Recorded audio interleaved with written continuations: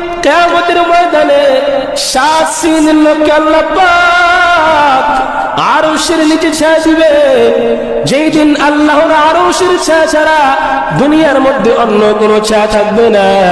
আল্লাহ রাব্বুল আলামিনের নবী বলেন, এর মধ্যে 2 নাম্বার লোক হলো ওয়াশাবুন নাশা ফি ইবাদাতিল্লাহি তাআলা, এমন যুবক যেই যুবক তার যৌবনের সময়টাকে আল্লাহর ইবাদতের মধ্যে কাটিয়েছে, যেই যুবক যৌবনের সময়টাকে গুনাহের মধ্যে কাটায় নাই, যেই যুবক যৌবনের সময়টাকে আল্লাহর ইবাদতের মধ্যে কাটিয়েছে, যেই যুবক যৌবনের সময়টাকে আল্লাহর খিদমতের মধ্যে কাটিয়েছে, আল্লাহর সন্তুষ্টির মধ্যে কাটিয়েছে, নবীজি বলেন এমন যুবককেও কিয়ামতের ময়দানে আল্লাহ রাব্বুল আলামিন আরশের নিচে ছায়া দিবেন। সুবহানাল্লাহ।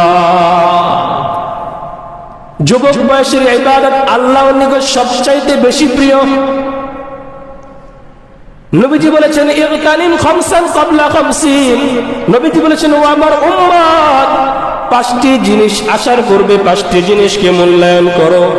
5টি জিনিস আসার পূর্বে 5টি জিনিসকে গনিমত মনে করো। 1 নাম্বার হচ্ছে শাবাবাকা ক্বাবলা হারামিক।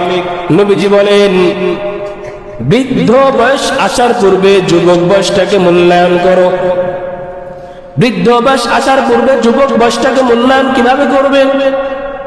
আপনার বৃদ্ধ বয়স এসে গেলে আপনি যদি চিন্তা করেন এখন আমার বৃদ্ধ বয়স হয়ে গিয়েছে, ভালোভাবে নামাজ পড়তে পারি না, ভালোভাবে ইবাদত করতে পারি না, রুকু সিজদা করতে পারি না, রুকু সিজদা করলে পায়ের হাঁটুর ভিতরে ব্যথা করে, এখন আপনি যদি বৃদ্ধ বয়সে এই কথাটা বলেন, আল্লাহ পাক আপনাকে যুবক বয়সটাও দিয়েছেন, যুবক বয়সটাকে আপনি কি পথে ব্যয় করেছেন এটা আপনি নিজেই জানেন। যুবক বয়সটাকে কোন কাজে আপনি ব্যয় করেছেন?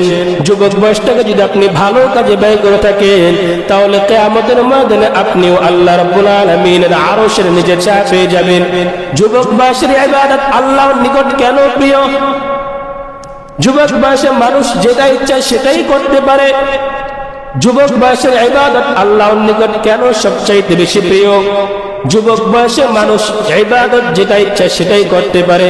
কোন যুবক যদি চায় আজকে আমি 5 ওয়াক্ত নামাজ পড়বো, এখন থেকে 5 ওয়াক্ত নামাজ পড়বো, ওই যুবককে নামাজ পড়ানো থেকে কেউ ঠেকাইতে পারবে না।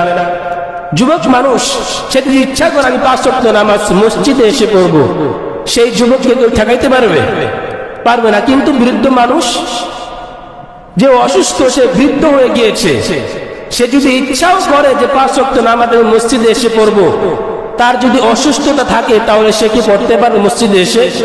জোরে বলেন, পড়তে পারবে কিনা?